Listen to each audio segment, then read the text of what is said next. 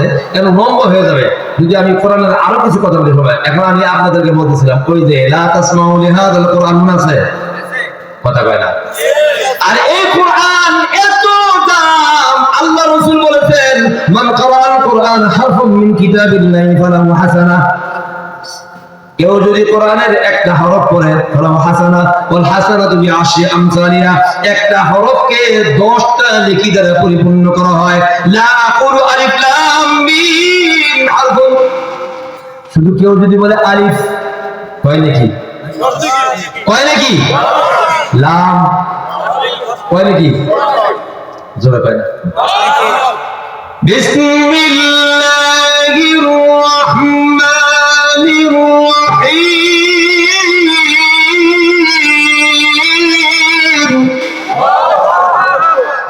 আলিফ লাম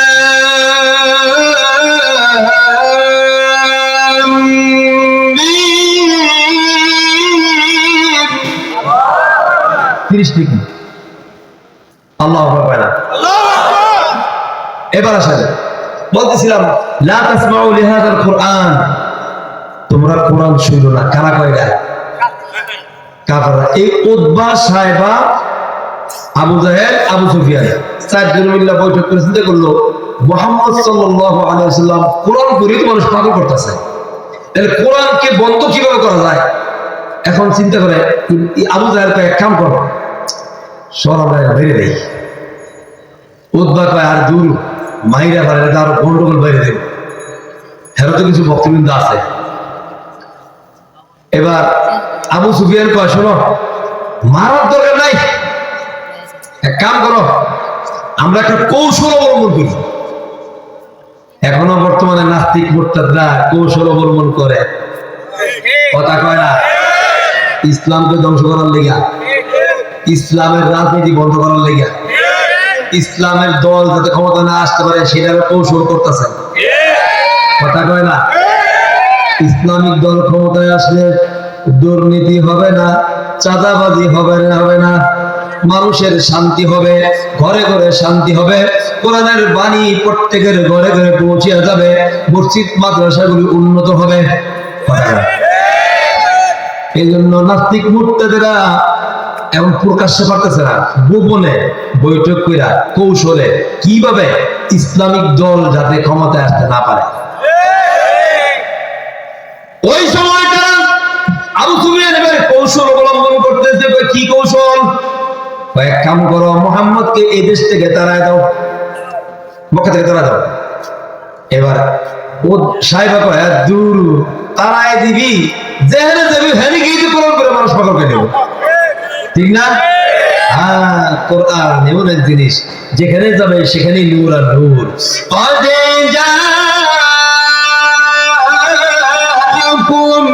মিনাল্লাহি নূরুন ওয়া কিতাবুম মুবিন। নূর মুহাম্মদ সাল্লাল্লাহু আলাইহি ওয়াসাল্লাম, নূর কিতাবুন নূর, আল্লাহ পাঠাইছেন নূর দিয়া, আলো, কোরআন আলো, যেখানে যায় সেখানে আলোকিত করে ফেলে। অনেক অনেক ঘটনা আছে, এগুলি বলতে গেলে সময় লাগবে। মুহাম্মদ সাল্লাল্লাহু আলাইহি ওয়াসাল্লামকে না এটা কি করা যাবে না। তাহলে এবার আবু সুফিয়ান ভাই আমার কাছে একটা বুদ্ধি আছে। কি বুদ্ধি? হয় ইয়েমেন দেশে একটা কবি আছে, এই কবির আইনা মুহাম্মদ সাল্লাল্লাহু আলাইহি ওয়াসাল্লামের সাথে একটা আমরা বহস বসাই দিই। ওই বহসে নিঃসন্দেহে মুহাম্মদ হাইরে যাবে, আর হাইরে গেলে আমরা তখন তারে ধরুন দূর বেটা তুই কি ইসলাম প্রচার করিস। এবার আবু জাহেল কয় হ তাহলে এটাই করি। কারণ ইয়েমেন দেশের এক কবি, এর নাম হচ্ছে কবি রাহেব। নাম কি? কবি রাহেবকে দাওয়াত দেওয়া হলো। কবি রাহেব কয় আমি যদি মুহাম্মদ সাল্লাল্লাহু আলাইহি ওয়াসাল্লামের ইয়েতে জয় লাভ করি তাহলে আমার কি দিবা? কয় তোমাকে 100 লাল উট পুরস্কার দেওয়া হবে। কয় শত? 100 লাল উট পুরস্কার দেওয়া হবে। কয় ঠিক আছে আমি রাজি আছি।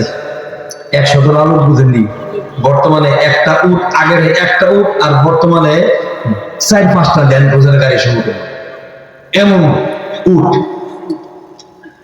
আচ্ছা ঠিক আছে আমি রাজি আছি, তবে শর্ত আছে। কি শর্ত? শর্ত হলো আমার কিছু বাহিনী দিতে হলো। কেন? ভয় লাগে। যদি মুহাম্মদ সাল্লাল্লাহু আলাইহি সাল্লাম নবী হয় তাহলে আমার ভয় হয়, আর যদি নবী না হয় তবু ভয় হয়, তার বাহিনী আছে। নবী হওয়ার কারণে যে ভয়, তার চেয়ে আরো বেশি ভয় হয়। এখন ভয়ের কারণে আমি চাই কিছু বাহিনী। যাও, কত বাহিনী সেটা কও, ডাইনে বামে হাজার হাজার বাহিনী দিয়ে দিন। আবু জাহেল কয় না না এত লাগবে না, কত দিই, আমার ডান পাশে 35 জন, বাম পাশে 35 জন। ভয় লাগে, যদি সত্যিকারের নবী হয় তাহলে আমার অবস্থা কাহিনী। এত শক্তি, হ্যাঁ হ্যাঁ কেমন শক্তি, এটার একটা প্রমাণ। আল্লাহর নবী যখন মক্কা বিজয় করলেন, 10,000 সৈন্য, হাতের তরবারি চকচক করতেছে।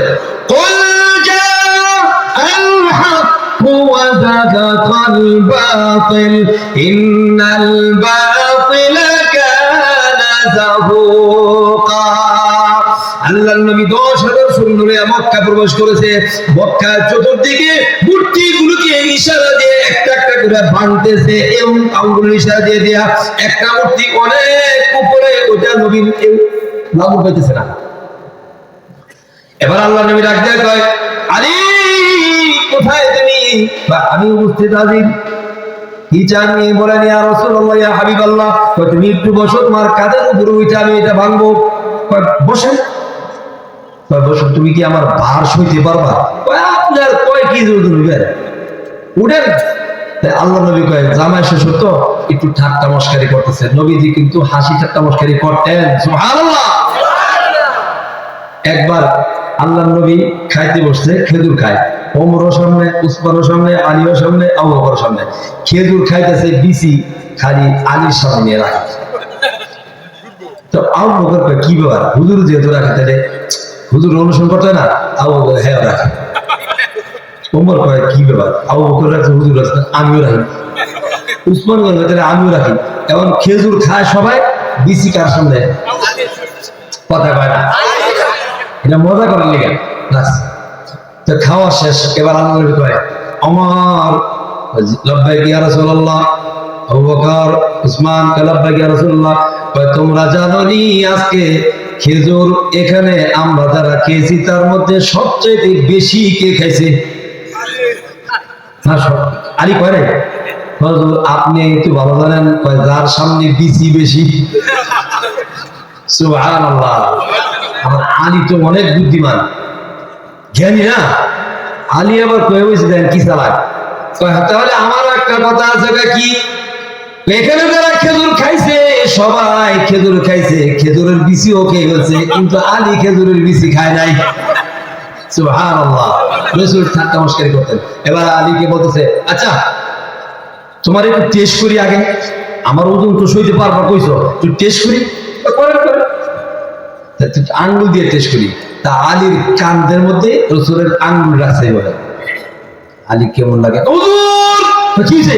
তাড়াতাড়ি সরান। কি হইছে? মনে হয়েছে যেন সপ্তম আসমানটা আমার কাঁধের মধ্যে বইরা গেছে। তাই নাকি? কয় আরেকবার টেস্ট করি। করেন।